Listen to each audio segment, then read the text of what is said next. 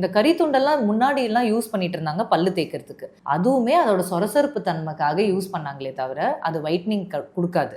It is a myth. அது தப்பு. Charcoal has no scientific proof that teeth வந்து அதனால ஒயிட் ஆகிடும் அப்படின்ட்டு. ஸோ அது தப்பு. பேக்கிங் சோடா ஓரளவுக்கு ஹெல்ப் பண்ணும், ஆனால் அதையே ஓவர் டூ பண்ணக்கூடாது.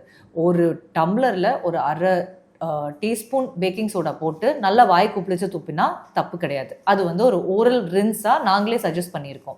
அது ஒயிட்னிங்ன்றதை தாண்டி டீத்தோட ஹெல்த்தையும் டீத்தோட தன்மையை மெயின்டைன் பண்ணுறதுக்காக யூஸ் பண்ண முடியும். ஆனால் சார்கோல் நோ. வேப்பிலை குச்சி சூ பண்ணுறதுனால டீத் ஸ்ட்ரென்த்தன் ஆகும், அது டெஃபினெட்லி எஸ். ஆனால் அதை வச்சு ப்ரஷ் பண்ண முடியாது.